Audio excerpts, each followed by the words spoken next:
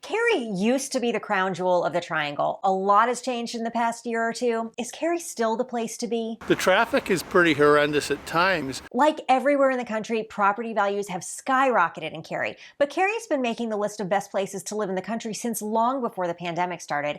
And like many other cities and towns, the pandemic put into motion a tidal wave of relocators looking for utopia. We came last summer, last week of June. We bought a lot in Cary in North Carolina as Ohio residents, sold our house in Ohio to come here because our middle of three children, Zachary, he's moved from Washington, D.C. to Apex. But a lot has changed in Cary since that tidal wave started. Before we get into those changes, let's talk about why Cary was so desirable in the first place. The town of Cary and its residents get teased on occasion by other Triangle residents because the town has been hyper-planned. Cary required shopping developments to be beautiful, and the red brick facades of most of those buildings had become almost iconic.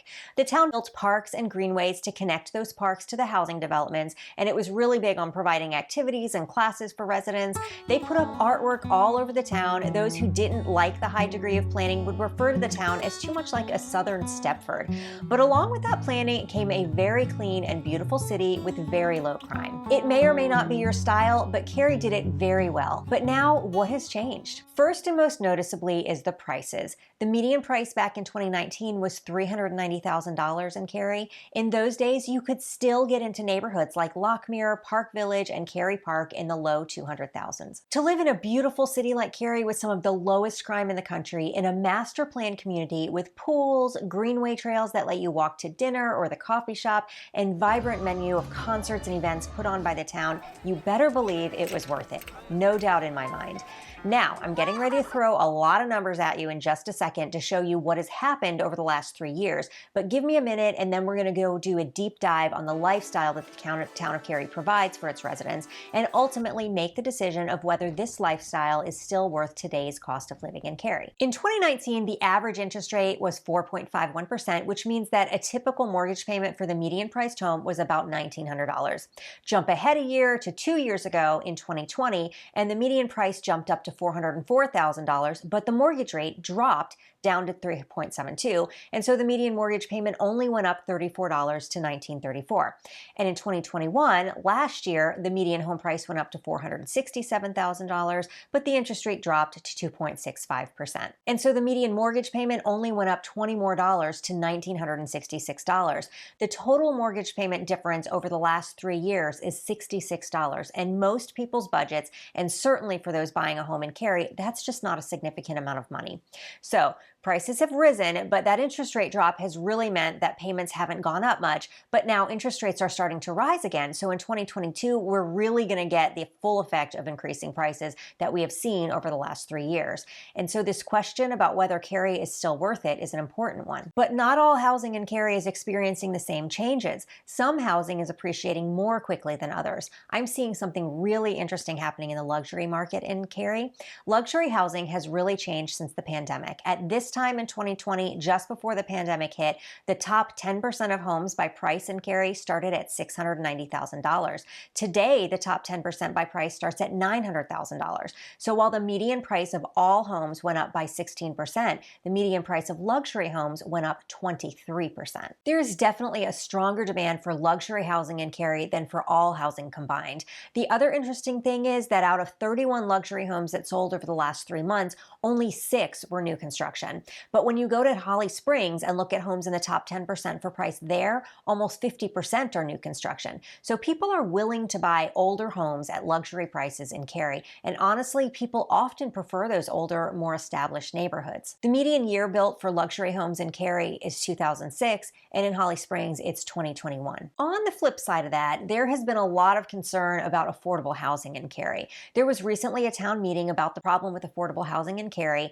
No resolution was made, and I think people are just really not sure how to approach this problem in a way that makes everyone happy. So with all this groundwork laid, we know that Cary has gotten a lot more expensive, and it's time to ask, is it still worth moving to Cary? What else has changed besides housing prices, and are those changes for the better? Or has overcrowding made the quality of life not measure up to expectations? We wanted the weather that you have here. Even though the summer is pretty hot, it can be pretty hot in Ohio as well during the middle of summer. Sure.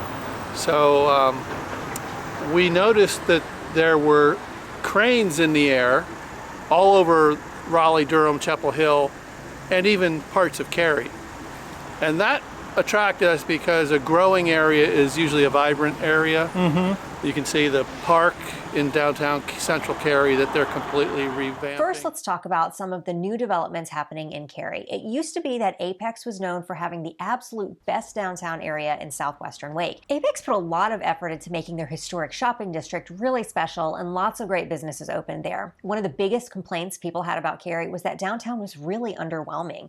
At the beginning of all of Cary's growth, I have to admit that downtown really was very limited in restaurants and gathering spaces. Also, a lot of the housing options downtown were not very impressive either. It has totally changed though.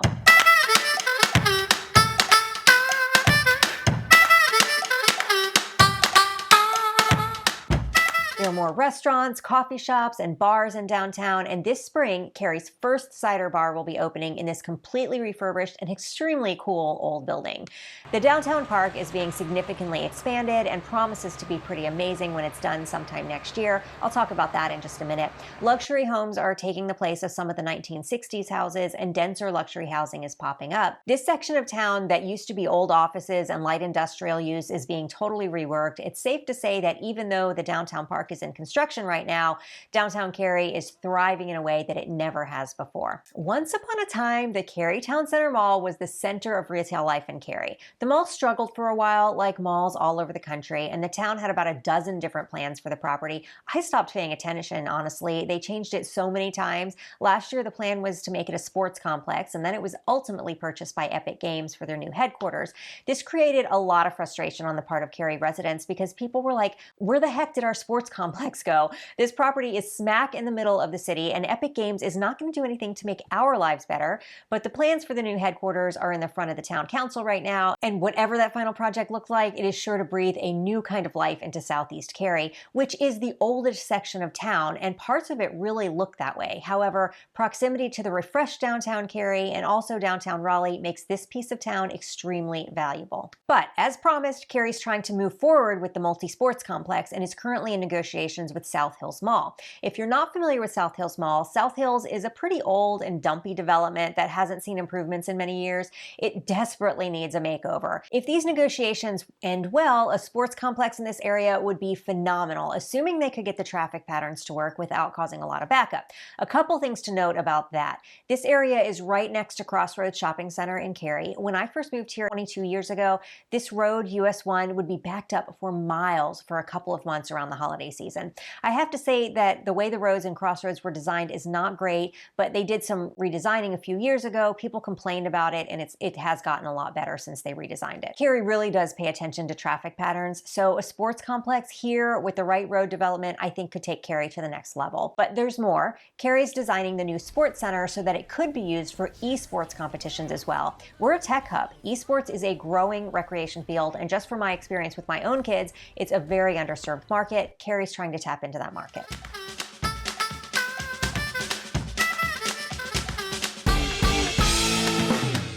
Across from the new Epic Games development is Fenton, a new mixed-use shopping experience in Cary. After years of planning and development, Fenton is planning to open its doors this April. They are 90% leased out with tons of popular businesses and restaurants. Now, the downtown park is still a ways away from being done. They're expecting completion around 2023. One of the things that excites me about the completion is a return to more normal Cary programming. Many people who recently moved to Cary don't realize how much programming was planned by the town because there isn't much going on since COVID. But with the opening of the new park, I think we'll see a lot of things go back to normal. There used to be concerts happening all over town for 9 months out of the year. There are multiple amphitheaters and parks and shopping districts where lots of these activities used to happen, but a lot of that got shut down in 2020. I don't know for certain, but it feels like a lot of the energy is focused around this downtown park project because when it's done, the plan is to have tons of activities happening right here in downtown park. I'm pretty excited about that. So, is Cary still worth it? Airport nearby, check the box. College town, NC State, that way 5 miles. You know, Duke and North Carolina, nearby. So I could keep going down my list, but when we were making a list of where we wanted to go in retirement, It was a list about 20 items long, and I think this had a check on every box. It seems to me that it is. The town of Cary has continued to invest in the infrastructure that people want in a hometown. It's not done yet, but I suspect that it never will be as long as Cary anticipates the needs of its citizens and creates the town that people desire to have. And certainly those purchasing in the luxury markets are telling us that the value is definitely here for the money. And as for the traffic and overcrowding, I don't even think we're close to that, to be honest. Timothy and I were driving through Cary on Saturday, and it really struck us how free-flowing the traffic was. When we drive to places like Fuquay or Holly Springs or Wake Forest or Morrisville, traffic can really get backed up, and we see more gridlock at lights. There's more sitting in those towns, and in Cary, it just feels like the streets were designed for the amount of traffic that they're carrying. There's something to be said for that hyper-planning. Of course, traffic is something that is relative, and people do see it differently. The traffic is pretty horrendous at times. Define horrendous. Because we got a lot of people coming out here from LA that say, oh, you people have no idea. You call this traffic? This isn't traffic. Well, it's all relative. To Findlay, Ohio, a town of 41,000 people, I could cross town in 15 minutes. To get one, cross town, if you have to cross, say, to the other side of Raleigh, at the wrong time of day, that could be 45 minutes. Yeah. If you like this video, you might also like this one.